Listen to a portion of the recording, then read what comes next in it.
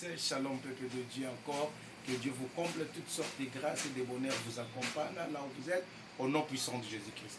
Bien-aimés, toujours dans la Bible, dans le livre, il y a 1 Jean chapitre 4, verset, Jean chapitre 4, verset en haut, verset 1er.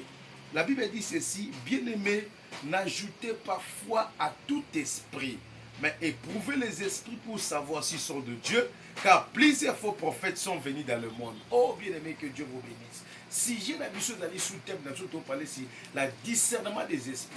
Et que les prophètes toujours envoyé aux diables, aux démons, aux message, aux diviser ma famille. Toujours exemple, l'apôtre Paul, dans Actes des Apôtres, chapitre 16, verset 16. Toujours apôtre Paul, Bazagina Silas, qui ne m'a prié. Babi servante, moi, qui un esprit à Python.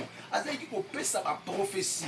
Et azaki ko zo gain, pour gagner bénéfice dans ma maître naïe, parce que prophétie, azaki ko pesa za ko zala solo. Mais esprit ko za ko tine za ko zala démon, et za ko zala esprit en zambete. Mais à cela qui a mon apôtre Paul se fatiga, à bénin esprit wana mabika ta mona mosana, a lui au nom de Jésus-Christ je t'ordonne cet esprit impie de sortir de cette femme. Esprit nekendaki bazwa ki apôtre Paul bataki na prison parce qu'apôtre Paul a eu un discernement des esprits. Apôtre Paul andima quitté qui est esprit wana lobi makambo solo, mais loko l'esprit wana za okamba mo c'est zaki ya source nango démoniaque, origine nango démoniaque a refusé qui.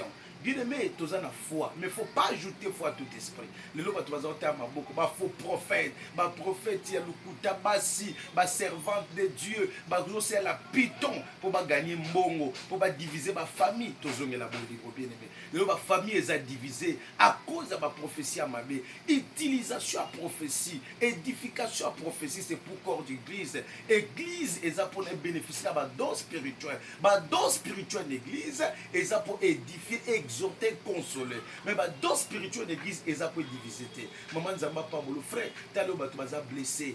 Combien de faux prophéties pandi ma famille, pandi ma balle, pandi ma bota, tu vas comment diviser. Na quoi bisa discerner. Moutounio sur le message. Tu as un ministère prophétique, tu as un ministère apostolique, pastoral, évangéliste, c'est doctorat. Mais tu as un don du Saint-Esprit, tu as un don de prophétie. Mais il faut que tu malam pour être désordre dans ma famille, être désordre dans l'église, être désordre dans le et monsieur ezo kola nanga na ufungola makambo ebele na na posa otafua na makambo nyonso te oyoki bato bokene ngomba na ngomba pe satan na ngomba pe occultiste bazali na ba retraite de l'église baza prophétie nyonso olanda te nzambe nanga pambolo discerner toi bisiko zali afin que mon satan divise famille.